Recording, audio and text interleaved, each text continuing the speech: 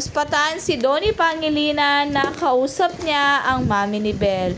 Talagang botong-boto ang mami ni Belle kay Donnie. Kaya malaki ang tiwala ni Tita Kat kay Donnie. Talagang safe na safe ang kanyang anak. Dahil nung Sunday ay nagkaroon sila ng event sa Samsung. At nagpakilig pa nga ang dalawa. Sabi nga ni Donnie kay Belle, "Samsung ka ba?"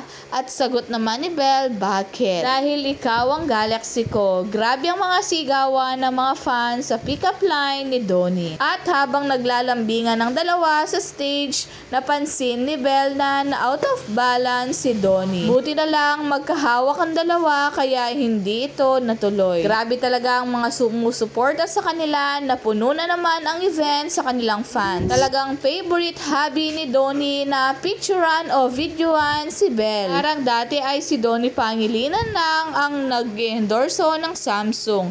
Ngayon ay kasama na niya ang kanyang Think.